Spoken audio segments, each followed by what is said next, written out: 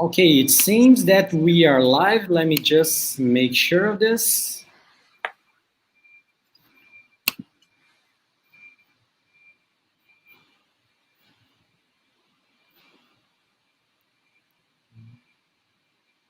Yes, okay, so we are live. So, good afternoon, everyone. Welcome to Valongo Seminars. And my name is Luan Ghezi. I'm one of the organizers. The others are Ariana Cortesi and Douglas Brambilla, sorry. And today we have the huge honor to have with us Professor Chris Sneden. So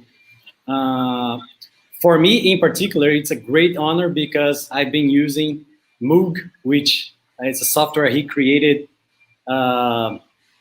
during his PhD thesis, and I've been using it during my whole career. So it's a great honor for me personally and for our institute to have you, Chris, here. So let me just introduce you to our guest. So Chris Sneden is a faculty member in the Department of Astronomy at the University of Texas at Austin since 1979, where he is also Rex G. Baker Centennial Research Professor Emeritus. He has received his PhD degree in astronomy from the University of Texas at Austin, and his thesis included the first version of the stellar spectroscopic analysis code Moog that I just mentioned, which he continues to develop and update till today. It's a great software, by the way. If you do chemical abundance, you should use it. So he's also a member of the American Astronomical Society Publications Committee, co-leader of the Access Development Group for Texas Secondary Science Educators, and publications coordinator for the Hobby-Eberly Telescope Dark Energy Experiment. His research is focused on the stellar spectroscopy of unevolved and aging stars, nucleosynthesis of elements, and chemical evolution of the galaxy. He has 304 refereed journal publications with about 26,000 citations. He has held appointments at Indiana University, University of California, Santa Cruz, University of Wyoming, and also University of Washington. And today we have him here to talk to us a little bit about chemical abundance. Chris, it's a great honor and a great pleasure to have you here. Thank you very much for accepting our invitation, and you are welcome to start your talk whenever you're ready. Well, Luan, thank you very much. That's more of an introduction than I deserve. Let me see if I can start my presentation. I'm really, really pleased that I'm able to talk with you today, because this is talk about one of my passions. And I'm very happy also. I was telling Luan that I just received a referee report today working with other Brazilian astronomers, and we got a happy referee report on our paper on baryon stars. So this is a good day for me. So you see the screen, the entrance screen here, and I'm delighted to put the Valongo Observatory picture on the left, and the other three observatory pictures here are chosen for reasons. The second from the left is McDonald Observatory, and I'll be showing you some spectra from the high-resolution shell spectrograph on the 2.7 meter. That's the tallest building on the right there. And then the third picture, or the from the left, is Las Campanas Observatory, which led the breakthrough set of observations that discovered the kinds of stars I'm talking about. And finally, Hubble Space Telescope, which I won't feature much today, but it's played an important role in a few elements which are beyond the Iron Peak. Okay, there's one slide that sort of summarizes everything that I wish I could say about what interests me. And apparently it's a good slide because a lot of my friends have stolen this and they use it too. The summary is right away. How did the universe evolve the periodic table? How did the elements come to be? And that, of course, is a never-ending quest. It's never going to finish, but that is what I have to keep in mind. I'll give you a sketch of what we're going to talk about. I will just talk in general about nucleosynthesis in the halo, and I'll then talk about the rapid neutron capture process, the R process. And I'll be concentrating on, I'm an observer, I'm not a theoretician, so you're going to get a relentlessly observational attack on this issue from me. I'll try to highlight what we know from a few stars that are incredibly enriched with the super heavy R process rich elements. I'll talk about a whole collaboration called the R Process Alliance, which is trying to do a statistically significant sample of halo stars for the R process. And then I'll finish with just a bunch of other things. They won't be very coherent. They'll be individual thoughts on the very heavy elements. I would remind you of the abundance definitions that I'll be following throughout. The second one, the bracket notation, every astronomer should know, and that's just a reminder. And of course, that's a differential abundance with respect to the sun of elements X and Y.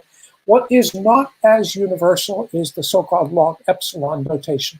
These are absolute number densities on a hydrogen equals 12 scale. Not every paper uses epsilon. I've seen n's, I've seen big n's, I've seen small n's. I've seen with the log and without the log, and the literature is kind of confusing. But log epsilon to me is that definition. Metallicity, there are lots of different adjectives you could use with metallicity. I call all of my stars very metal poor, and that means a bracket iron to hydrogen of less than -2. There are other definitions you could make, from mildly metal poor through moderately metal poor to very to extremely to super duper to whatever. I don't care. I just think that the halo stars are less than -2, and that's what I'm interested in. This will be a lot of I and we. I want to make sure that you realize that there's a huge bunch of friends, collaborators who have worked with me for decades to help unravel the heavy element abundances. Here's a fairly standard kind of graph showing the different element groups, the abundances in the sun, and this is as a meteoriticist would like them, a mass number on the x-axis instead of atomic number, and on a silicon 10 to the 6 silicon atom scale. So that's what you get in meteoritics. This picture, I want to alert you, will be in a big Review Modern Physics paper that's now in press by John Cowan et al. And it's already out on the archive. And if you want a lot of interpretation, go to that paper after you sort of listen to what I have to say. I don't have terribly much more to say other than stellar burning essentially makes the elements through zinc, Z equals 30, mass number, I don't know, 62 or something like that, 63. And what I call ordinary fusion cycles, charged particle reactions. I'm not at all concerned with what may have come in the Big Bang. Subject for another talk would be the iron group elements, because that's what I've been working on a lot lately. But instead, I'm going to deal with the rest of the periodic table, which starts at essentially germanium and goes on through the things like uranium. That's probably the last observable very heavy element. That's the majority of elements in the periodic table, but of course they are very, very underabundant. And I will define S and R process in a minute. I show this, which is similar to the previous one, but what I want to do is make sure that we all realize that Cameron in 1959 gave a solar abundance distribution, which basically you could use today, and hardly anyone would notice the improvements. Katarina Lauders in 2003 said it's sort of the best general abundance, solar abundance system distribution of these elements. But look how close Cameron got in 1959. And go back and look at the papers then, and the data were terrible. He really did a nice job. Okay, my subject, I'm interested in halo stars, very metal poor halo stars. I'm ignoring disk stars. I'm ignoring large-scale structural arguments about the Milky Way. I'm not going to touch globular clusters. Instead, I want to consider what interesting things occur when you look at length at the halo stars. One believes that the galaxy, again, started with hydrogen, helium, a little bit of lithium, and the rest of the elements were made by stars. And you've seen countless diagrams like this. This is just a reminder. And effectively, all the way up through the iron group, there's very little dispute on how the elements were made. Details, yeah, we argue about the details, but we know, for instance, that in the early galaxy, we know what produced the heavy elements. It had to be massive stars because they had to live and die quickly. There were no other possibilities for a star that is actually born in the Milky Way. It has to be a product, its composition must be a product of previous element-donating massive stars. Well, what upset everything is that suddenly came the report of the binary neutron star merger. Before I talk about that, though, please remember that theoreticians were always having problems producing the neutron capture of very, very heavy elements from standard supernovae, massive star supernovae. It was a struggle. And so this seems like not just a convenient explanation, but perhaps a correct one, where binary neutron stars create the conditions that are happy for rapid neutron capture nucleosynthesis. And of course, the paper headlines were talking about lanthanides, gold, and exotic heavy elements. But that essentially changed everything a few years ago. That neutron star merger was publicized widely. And I like Brian Metzger's 2017 paper, where again, he had Al Cameron's picture at the cartoon edge of this, what happens when neutron stars merge. Because again, Cameron was worried about these things. It was a multi-messenger event in the following sense. Of course, this is another picture that's been around for around the internet for quite a while. And essentially, almost every wavelength region that you could observe this kilonova event, then you did see it. And when I say in sensible ways, the time delays between the different signals made sense if you did even the simplest calculations on what you should see. And of course, there's other things that we could talk about this kilonova, but then we have nothing left for the rest of the talk. But this is a viable explanation for what produced the weird things that we're seeing in the spectra of metal poor stars. Okay, neutron capture elements. I just remind you with a periodic table, a lot of what you'll see are the lanthanides because they're easily observed in halo stars right now. But effectively, all elements with Z greater than 30. I won't put too fine a point on it. There's a book that's now getting kind of dated, but I really recommend it for when you're starting to work on nucleosynthesis. Rolfson Rodney wrote this beautiful textbook with excellent figures trying to explain all the different nucleosynthesis cycles. And this is one of the figures stolen from their book. And it shows neutron capture processes. Effectively, neutron captures can be divided based on beta decay timescales compared with neutron fluxes.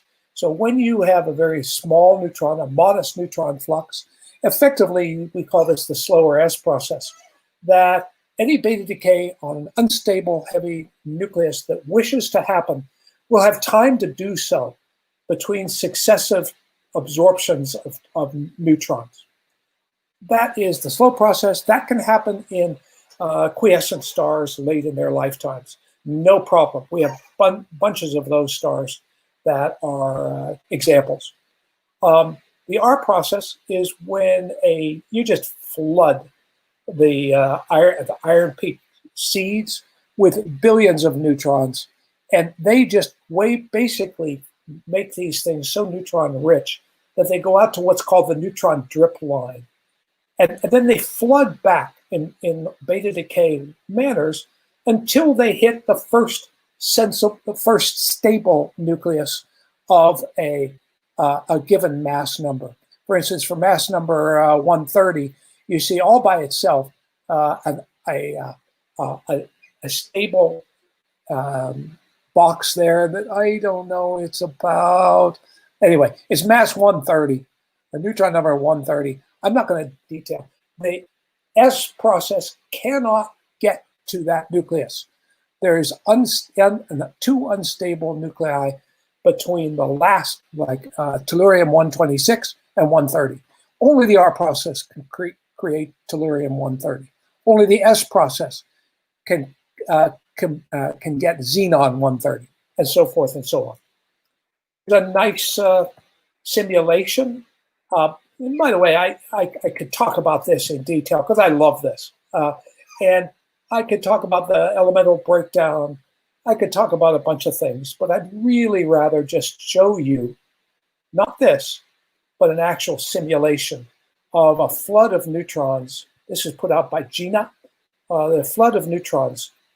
And take a look at the time scales. We're talking about not even 1/100th of a second yet. So this is a blast wave. And of course, making extremely neutron-rich nuclei. These are all unstable because the black boxes represent stability, and the way that the black bars vertical are essentially closed shell or magic number nuclei in neutron, and the synthesis will hang up at those. And now, a whole 1 second later, all these things are decaying toward the valley of stability, while the heaviest nuclei have actually gone beyond the last stable, and they're fission recycling. So that's essentially what the R process predicts will be made. And notice that not all the black boxes become colored because those are reachable only by the S process. Solar system. Meteorologists have done a very good job in trying to separate which elements are predominantly made by the R process and which are predominantly made by the S process. And it works so well with things like tellurium, xenon, barium, europium, which are grossly one or the other, that people talk about R process and S process elements. Be careful. That only means elements whose major amounts of isotopes are made in either the R or the S process. That doesn't make them exclusively an R and S process element. Everybody makes that mistake in papers, including me, unfortunately. Okay, so this is going to talk about the R process, not the S process. How do we know that it's an interesting topic? Well, we actually knew in 1982. This is where hindsight is perfect. There was a paper published by the Griffins, along with Bengt Gustafsson and Vienna, and they found a very metal-poor star that seemed to have large, heavy element abundances. And they were puzzled by this, and they kept trying to call it a barium star. But a barium star is one where excess barium is made by the slow neutron capture process, like the classic barium stars, where they kept seeing large europium, and they didn't understand it. And here's a quote from their paper. They're grudgingly admitting that, well, maybe we have to talk about the R process. You didn't have to talk about it after this star. The Las Campanas folks, George Preston, Tim Beers, Andy McWilliam, got a sample of very metal-poor halo stars, and they were going to do a routine chemical composition analysis. They did not have very good spectra because they had only a crude detector at that time on the DuPont telescope, Echelle. So this is why the spectra look kind of ratty. Don't worry about the names. But they showed me this puzzling spectrum CS2289205.2, and they said, what's going on here? And because I had been thinking about the R process, it basically was one look at the spectrum, and I said, oh, guys, what you have discovered is an enormous overabundance of R process elements in this star. Not only that, but when we got better spectra, and we leaped on this, and we in 2003, we published a much better analysis, many more elements, much smaller error bars, and found that there was an almost perfect comparison between the R process only fractions of solar system material, that is R process only abundances, and the star and what we were seeing in CS22892. The S process fractions just didn't work at all. It was gross. It didn't need any detailed analysis. This was a star that had been enriched in the R process. And parenthetically, I every once in a while have to remind people, that means the star could not have done it itself. If the star had created these elements by itself, it would be dead. It would have exploded, because that's the only way you can make them. So what's the difference between the crude spectrum before and now? Everything was better. Telescope instruments and analyses. But what I want to focus on is the great work of lab spectroscopists, and led by Jim Lawler at the University of Wisconsin and his group, including Betsy Dunn Hartog and people like that. They are painstaking lab physicists, and I put in colored boxes, not worth worrying about, but they've effectively covered the rare earth elements, the lanthanides, and the iron group. And they've done them to precisions that are less than 10% in errors, and they've done them for large groups of elements. The papers are here. I'm not going to dwell on the papers, but that's a list of the lanthanides and the iron group elements that they have done really well, such to the level that if you see these elements in a stellar spectrum, you have no excuse not to be dealing with excellent lab data. Okay, so there was another star that was discovered pretty quickly after 22892. Vanessa Hill and her collaborators in Paris actually found CS310820001. Well, that looks sort of like the previous picture, except they put a solar system abundance distribution through it, and on the right, I direct your attention to the actinide radioactive elements, thorium and uranium. I'm just going to concentrate on those, and I changed the faint dotted line to a red one. And here's the problem with the CS31082. The extrapolation from the solar system abundances simply doesn't work. The thorium abundance and the uranium abundance imply that if you take a ratio between thorium and uranium, compare it to europium, then the star that we're observing in the galactic halo was born like last week.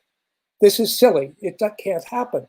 What effectively this demands is that we cannot start with good solid knowledge of the lanthanides and wind up with an age by doing thorium and uranium cosmochronology with respect to the lanthanides. Phooey. All right? I'll have more to say later. If anybody's an opera fan, you'll understand the title here. There are a whole bunch of R process enhanced stars that we've now discovered. They all look the same. That's the point of this one. This is again from the Cowan RMP paper. They're basically what you'd say that with the really enhanced R process low metallicity stars, why would you do any more? They're all coming out to be identical. Okay? In effect, I've talked for about 20 minutes now. in effect, we could say, okay, all right, any questions? This is it. But there are things that we know now beyond this diagram. The caution I will have is that this diagram is, I'm cheating a little bit. The cheat is that the only stars you're seeing here are the ones with extreme enhancements of the R process elements. Something like 1 dex, 2 dex, and now we've even discovered more than 2 dex enriched compared with the iron group. And so these are the ones that we think have complete, finished R process elements that are spewing out of whatever made them. But we aren't done. And there are several things which I think are worth looking at. And I've listed them here, and I'll discuss them at some length. Light element primary process, that was to try to take care of the fact that we don't really understand how the lighter neutron capture elements fit into this, and several other topics. What are the stars that don't have neutron capture elements? What about the stars with weak neutron capture elements that might still be R process, and so forth and so on? Let's take a look at the first one here. This is kind of embarrassing. I was part of a paper with Claudia Travalho et al. That tried to deal with the struggle of understanding the relationship of lighter neutron capture elements, specifically the strontium, yttrium, zirconium group, compared with the lanthanides and beyond.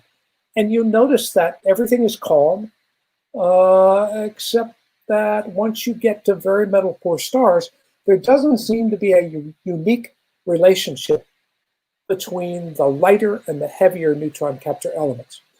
Because we had no clue what was going on, we just called this LEP, light element primary process. To our embarrassment, people still use that term. We were trying to hide our ignorance. That ignorance can be several things that I've written in green. It may be more than one effect here, but caution.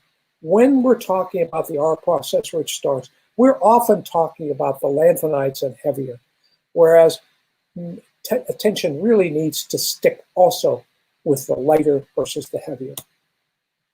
There have been some work on this, Speet et al., 2018. They are trying to show here with example stars the relationship. It looks like as a group, the lighter and the heavier ones bounce up and down. The relationship between the light ones and the heavier ones, where they have chosen to normalize their plots on the element barium. And I think that is trying to tell us that there is probably a completely different process for making the light neutron capture elements.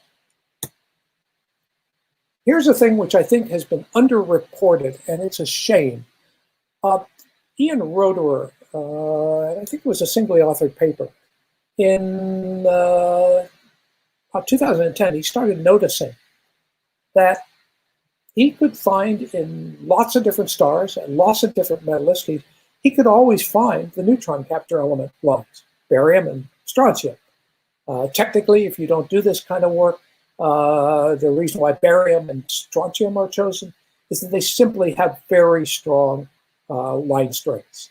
I didn't say that correctly, but they're the last ones to disappear.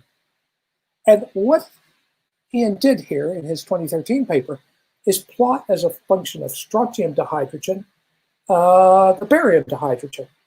And okay, you can understand there's scatter here, it's not perfect. And as strontium decreases down to -2, so does barium. -4, they're still there. -5, you still see barium and strontium in extraordinarily metal poor stars. I won't claim that these are the smallest metallicity stars that we've ever discovered.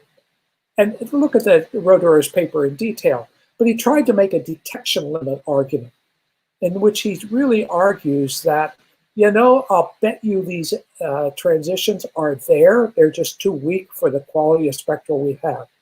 So what this says is that no matter what the explanation is for the neutron capture element production, either something did that essentially when the galaxy was formed, or metallicity is no longer anything to do with age. Either way, this has got to be addressed. Whenever elements appear, the neutron capture elements are there too. Next topic. There are a few stars, there are still only a few stars, in which it appears to be that the neutron capture elements are deficient, yet there's still an R process signature. There are a couple of stars, and the papers by Honda et al. Were really, really well done. I think 2005, 2007, in which they did exquisite detail, high-resolution spectra of 2 standard HD stars. And they had to do this because the lines are really weak, because they are really underabundant. But the important thing that they were able to argue is that the barium to strontium ratios in these stars are indicative of an R process origin. So it may be how the elements that are created in the initial events are mixed into the early galactic interstellar medium, but we do not pretend to understand this. These are grossly different than the solar system abundance distribution. That's the right-hand panel here, but there are processes. Now, we don't understand, just even that slope has been inadequately understood yet. It could be that a quick burst of whatever the progenitor of the R process elements is happened, but that burst did not flood all the way up to the transuranium elements. There was no fission recycling. The R process cut off either at low density or low exposure or whatever. But the R process was happening. Okay, back to uranium. This is a discouraging subject, folks. I have argued in earlier slides that the abundances of thorium and uranium do not have a one-to-one relationship with the lanthanide elements, the stable lanthanum, europium, things like that. They bounce up and down. So it is impossible to use the ratio of, say, thorium, which is easily observed in metal poor stars. Thorium to europium will not give you an age of this material. What must be done is to attempt a thorium to uranium. Thorium element 90, uranium 92. You can safely figure out the production ratios of those two neighboring elements and confidently use their observed ratio to figure out how long that material has been decaying since creation. Well, this is the problem. This was essentially Vanessa Hill's discovery of uranium. This is how ugly the spectrum looks. It's going to get worse in a minute. The happy point is that we all know the decay rates of thorium and uranium. You can change production ratios and observed ratios into ages without any trouble. Additionally, all the things that can add or subtract thorium and uranium in stars, almost all of them go away in extremely metal poor stars, because all that happened prior to the production of the stars that I'm looking at in very metal poor R process rich stars, there was a bang of something and my stars formed, and that's it. I don't have to worry about new star formation. Don't have to worry about white dwarfs, reprocessing, interstellar medium. No, this is just the stuff that one event decayed and donated to the star I look at. So this is a simple process. Well, here's the rest of, almost the rest of what you might call uranium detections. I draw your attention in particular to a star that John Cowan and I thought about as we wrote this paper. Did we see uranium or did we not? That's the lower right-hand picture. And look at the one that Vinnie Placco is also claiming is a uranium detection. You wouldn't want to build your career on that. It's probably there, but it's a real struggle. So we need more real uranium detections. That's the only way where we can solve this chronology problem in a good form. Okay. Let's switch topics. In order to understand better what object or objects were the progenitors of the material we find in halo stars that we see today, one of the ways to get at it is to build a statistically significant database of the distribution of our process enhancements, not in a few stars, but in 1,000 stars. Well, that process is going on now. The first thing I want to do is define, and this is very arbitrary, folks.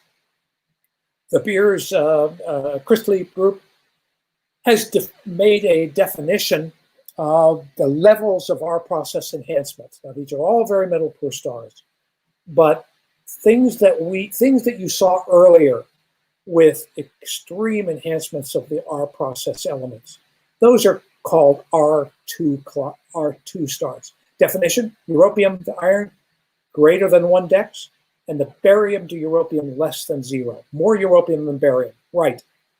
The R1 stars are a weaker version of those. The limited R stars have little production of barium, for instance, compared to strontium, and pretty weak, if anything, production of europium. I'm not going to be worrying about the 4th class, the carbon-enhanced metal poor stars. That's a completely different subject. The R Process Alliance was formed to address this thing by simply observing at random our galactic halo K giants. You cannot use a low-resolution spectrum to detect things like europium. You've got to go to high resolution. You've got to observe these things 1 star at a time. You have got to do this better than just making a survey. A lot of people on the team, a lot of telescope and a shell spectrograph instruments on a lot of telescopes, and we're maybe 2/3 of the way through the process. So I want to show you what so far the RPA has actually discovered. First off, you have to have high resolution, as I argued, but it's really not necessary to have high signal to noise. Here's 2 beautiful spectra, one of HD 122563, which is neutron capture weak, and CS 22892. You've seen pictures of that. These were 2 spectra at McDonald Observatory, and things like europium and lanthanum and dysprosium are really easy to detect. I don't need a big analysis to do this kind of work.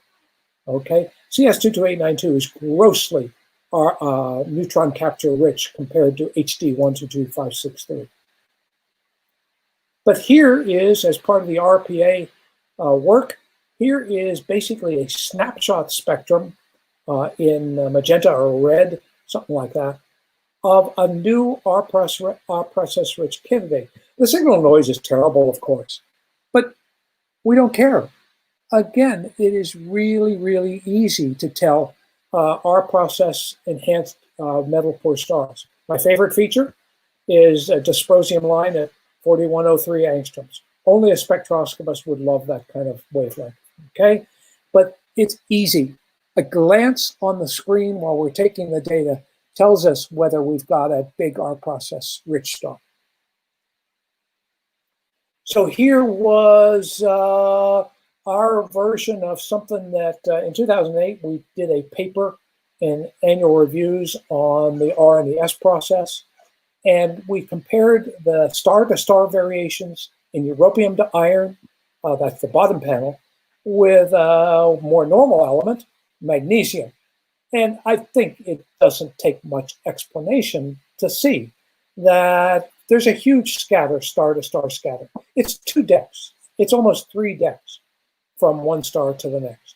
That's got to limit the nucleosynthesis origin. It cannot be the same event that had simply made, say, the magnesium in a massive star.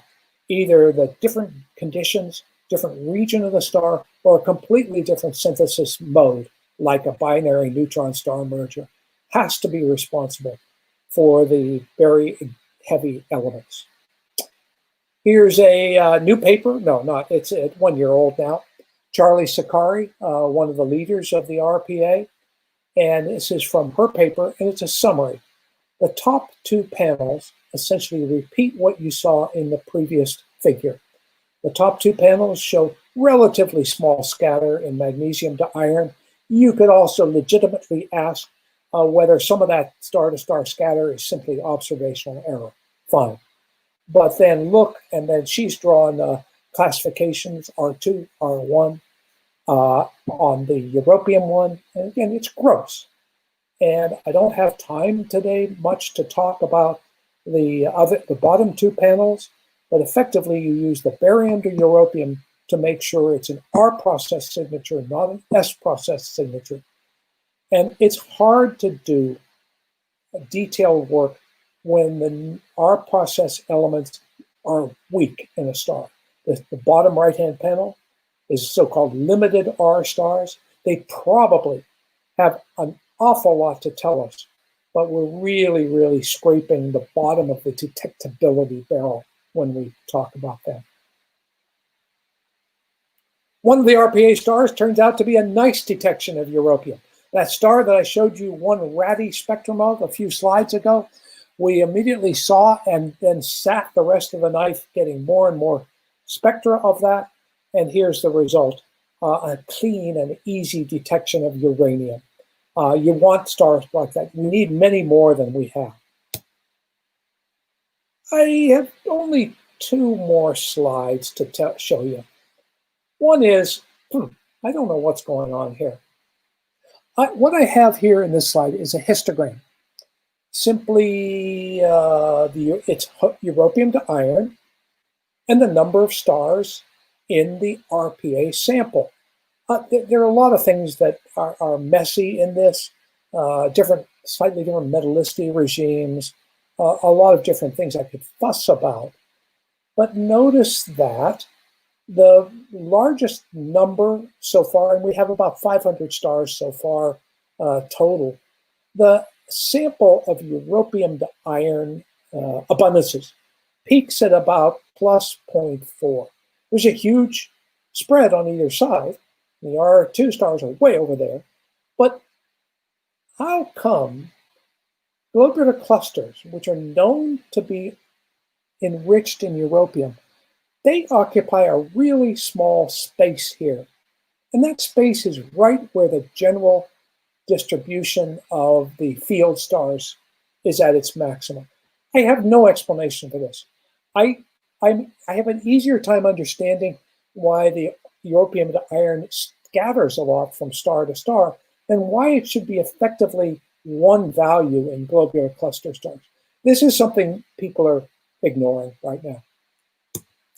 The final thing, and this is basically with apologies, I have to talk two things real quickly. The search for more and more and more high europium to iron stars continues. We found one which is almost a factor of 200 or so higher in relative europium to iron. I don't know what the limit is. At some point, you could legitimately ask, oh, do you care? Does it matter? And I don't know the answer to that yet. Okay? There are a couple of stars that are really enhanced. Stay tuned. on whether anything unique can be discovered about them. And this is what I really must apologize for. This is another talk by itself. One of the exciting developments is to realize that dwarf spheroidal galaxies, several dwarf spheroidal galaxies like Reticulum 2, have a lot of stars that are also R process enhanced. Have something with such a relaxed star formation history, also have all of these R process rich star is something that we don't quite understand yet. In particular, we don't understand how either one supernova or one binary neutron star event would produce such a scattered amount of europium to iron. Stay tuned. Well, folks, this is about all I can talk about today. Our time is short, and so a simple summary here. When I started in grad school, and by the way, HD 122563, that's my favorite star in the sky. I did that one for my thesis. It's the only very metal poor star in the Bright Star catalog. I love that star, and you see I'm still working on it today. I'm going to work on it, and maybe before I die, I'll get it right one of these times. That star turns out to be one of the ones that has weak neutron capture elements, but there are process. Now, nobody worried about the neutron capture elements in the deep, dark past. My thesis was 1973. Nobody was thinking about those. Burbage, Fowler, and Hoyle had talked about their abundances in solar system material, but we were still starting to think about them in stars. I did not expect that the wimpy little elements like europium, gadolinium, dysprosium, they would be telling us a huge amount about early nucleosynthesis in our galaxy. I think what my belief is that on the observational front, that the idea is we must figure out the occurrence rate and then turn into galactic chemical evolution modelers to try to understand what these statistics mean. I could go on for 3 or 4 hours, but all I want to say is I thank you for listening to me today and hope to come physically back to Brazil someday.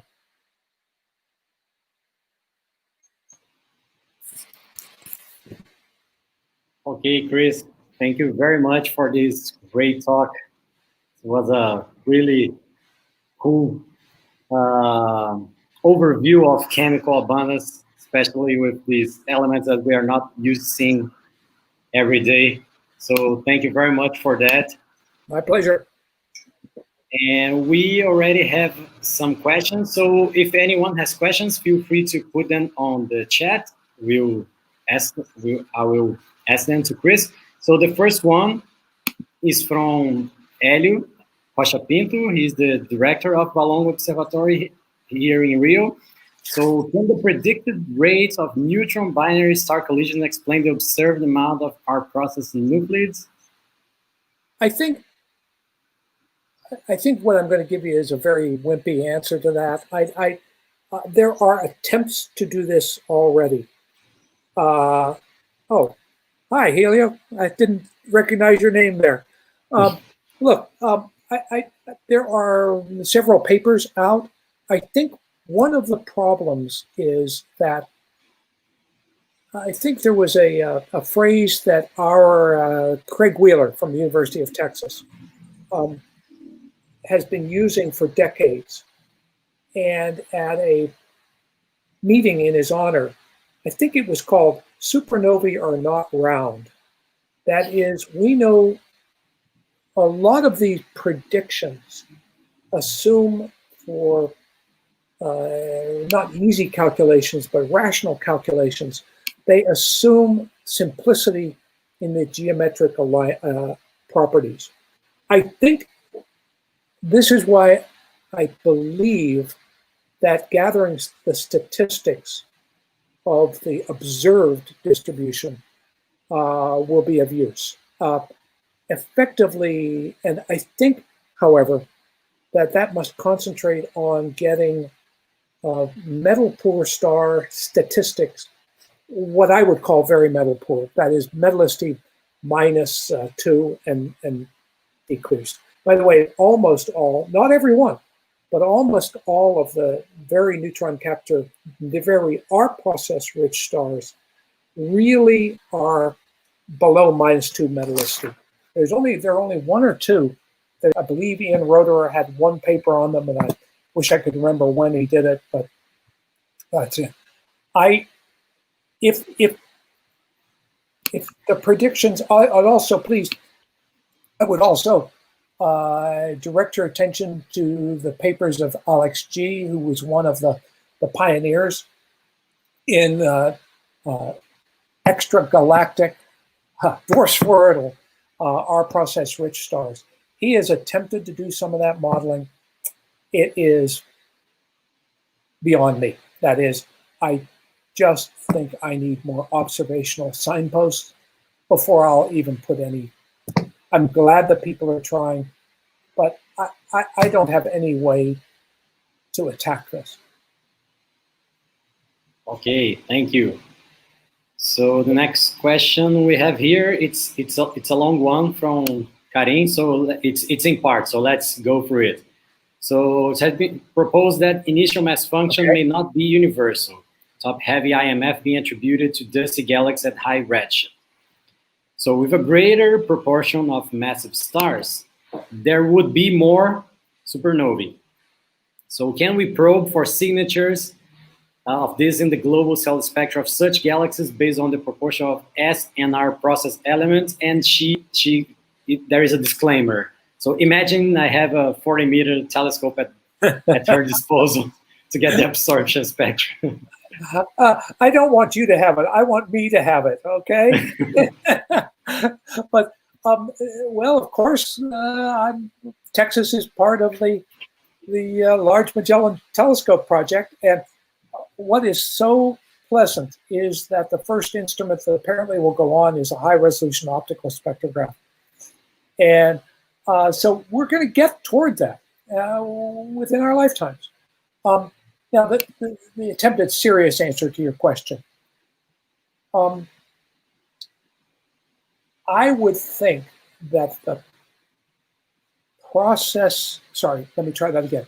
I would think that the existence, of obviously enriched alpha elements, and those, we don't know whether the alpha elements are really even decreasing as you go down in metallicity.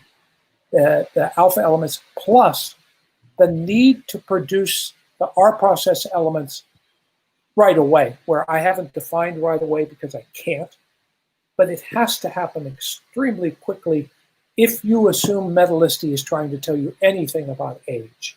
And that's the caution. So I'm hoping that you have more of the top-heavy IMF.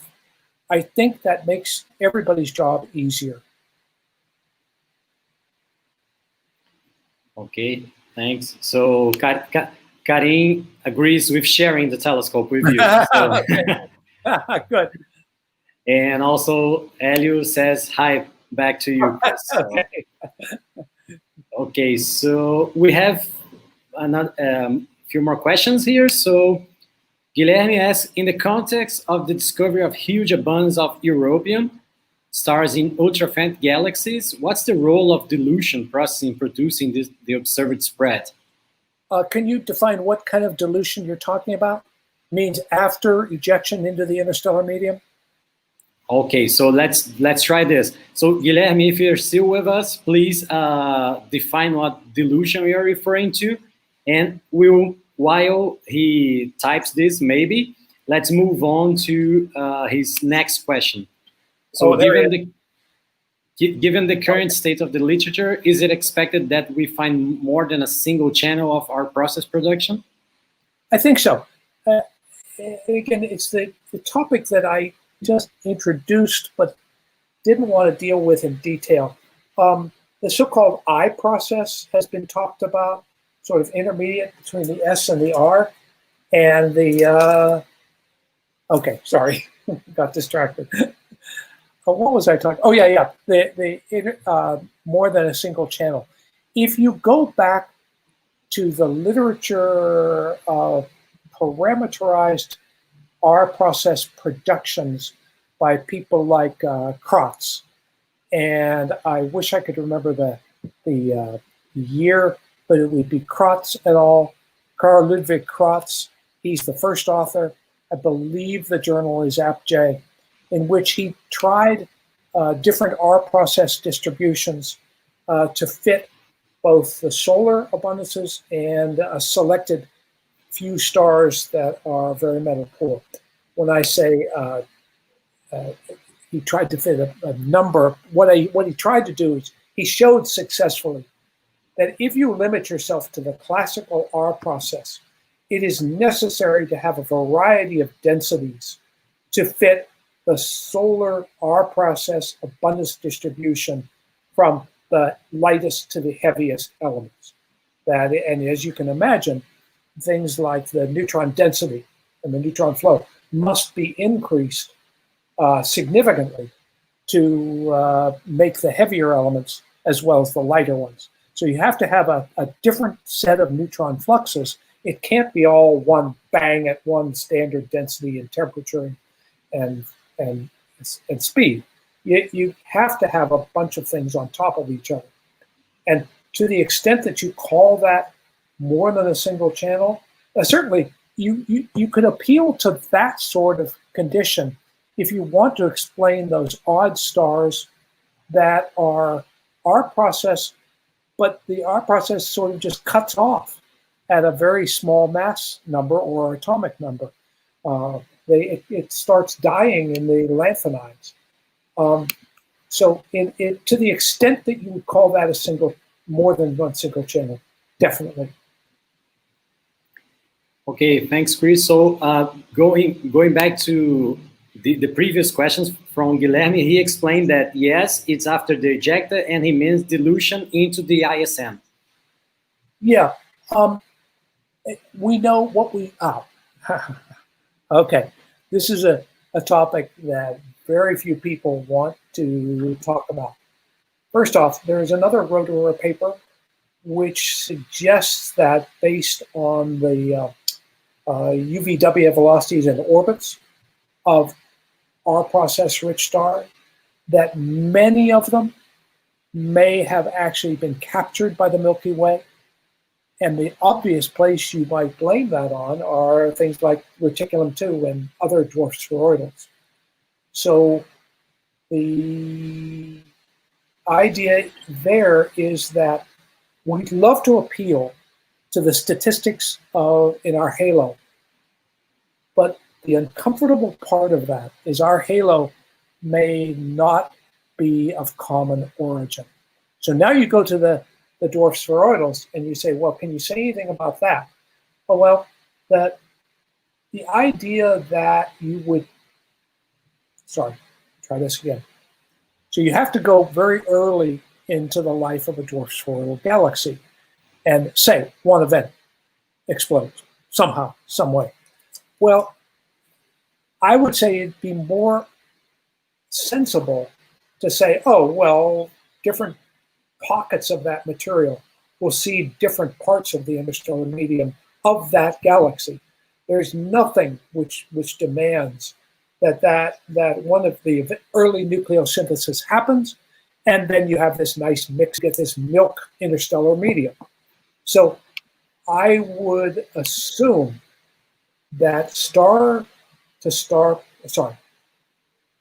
after this magical one event, which may be more than one, you say, okay, now the rest of the galaxy forms over time. It doesn't make any sense that the pristine material that the new stars are forming from should be absolutely uniform composition.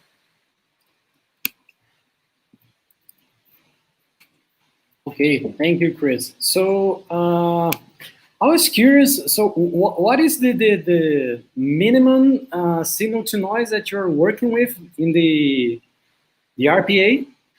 Yeah, typically Well, again, those of you who aren't stellar spectroscopists, you can tune out right now because this is shop talk among spectroscopists. These are K giants, and K giants, of course, have declining fluxes in the blue, and the R process elements predominantly will be strong near 4,000 angstroms. So for the McDonald, I can give you a more direct answer. For the McDonald 2.7 meter Coude at a resolution of about 45,000, then I give up at V of 13. Okay? And I know, therefore, I'm missing a lot of stars. I would love to, even for example, even the Magellan telescope would be a much bigger improvement, but it's hard to dedicate much Magellan time to a survey like this. It's not impossible, but it's not very efficient. So that's why we use a little bit from this telescope, a little bit from that telescope. But unless you go to the 6 meters, then it's a struggle. Unless you know a priori that a certain target at, say, 15th magnitude has really got to be interesting, then you might spend several nights getting a good spectrum. But in general, it's not an efficient procedure. Okay, thanks. So there is a question from Gustavo Porto de Melo.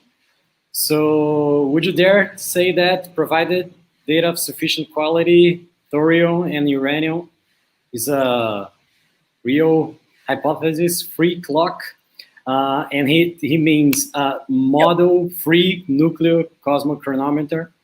Yes, I would say that I'm confident the answer is yes, if you're looking at very metal-poor stars.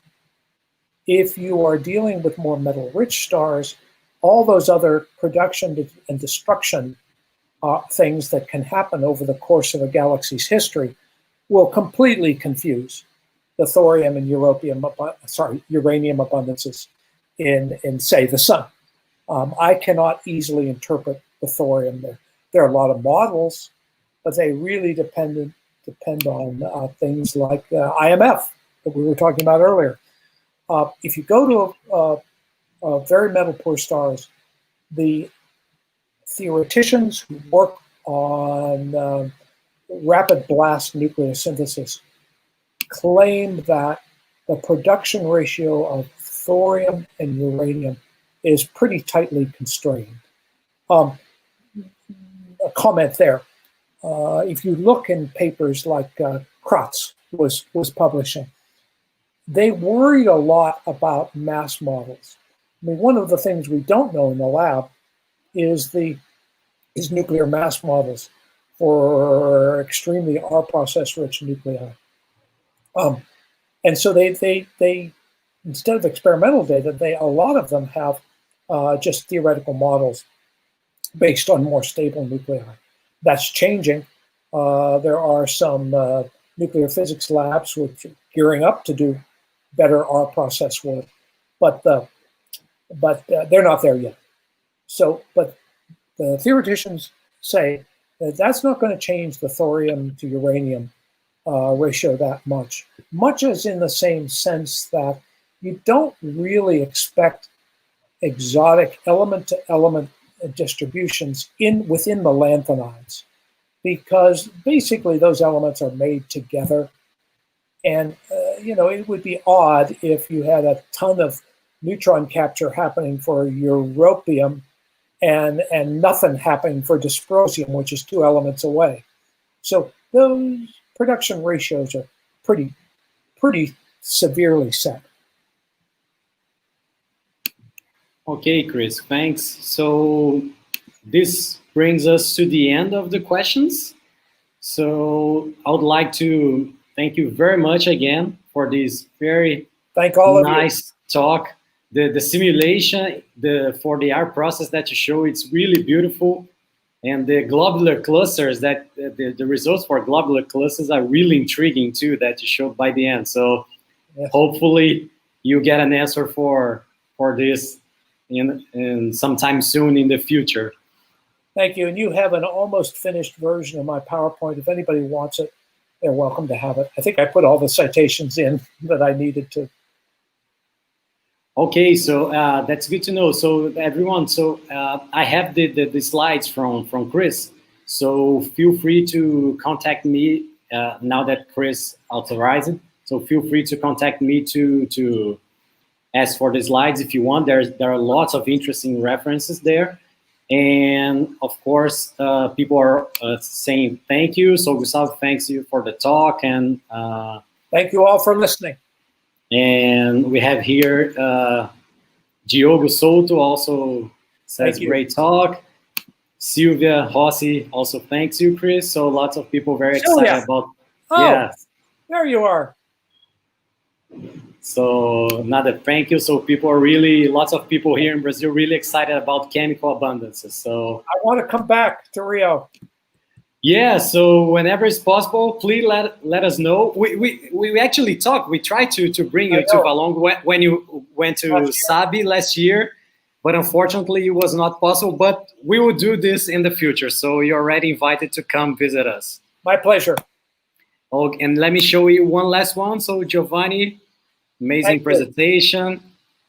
Now people are posting lots of comments here for you. So lots of love going on in the chat. People really liked your talk, Chris. So thank you very much again. It was a great honor to be the host of your talk, especially for someone like me who's been using the software that you made for Stellar Abundance. So it's a great pleasure. Oh, wait a minute. Wait a minute. Okay. I have a rule that no one is allowed to use Moog until they tell me what its name means. Ooh, that's a great question. I don't know. Okay. It's an assignment. Okay, hint. What is so hilarious is for me to get emails from people trying to use it and say, well, I'm trying to figure out what the acronym is. It's not an acronym. That's a huge hint.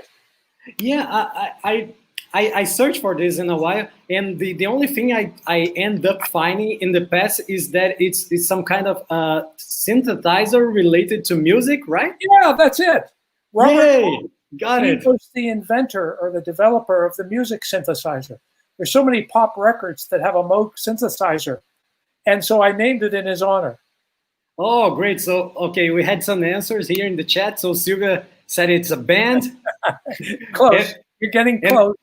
And Gustavo knew it's a synthesizer. Yes. So it's a keyboard instrument from the 70s. It's a whole bunch of stuff. Yes. Yeah, so Gustavo got the prize. He got it right. So very well done. That's very cool. So thank you very much again, Chris. Thank you. Before I finish the broadcast, would you like to say something else to our audience? Well, as long as I don't have to say it in Portuguese. Okay. That is, I already have an active collaboration with folks at the observatory, the National Observatory, and I hope to be able to collaborate with some of y'all in the future. And I have already in the past with Sylvia. Okay. She's asking you to tell people how to correctly pronounce Moog. That I don't know. I think that Robert Moog called himself Moog.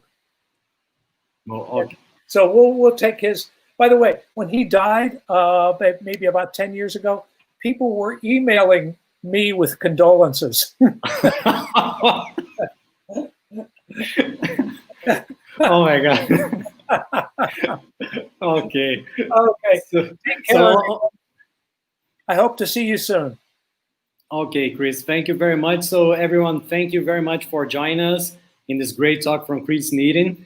So please check our schedule. We will have lots of interesting talks in the next week. So please visit our website, check our social media, or you can subscribe to our YouTube channel and turn on the notifications so you get to know when is the next seminar. So thank you very much for being with us this afternoon, and have a great rest of the week. See you next Tuesday. Bye-bye.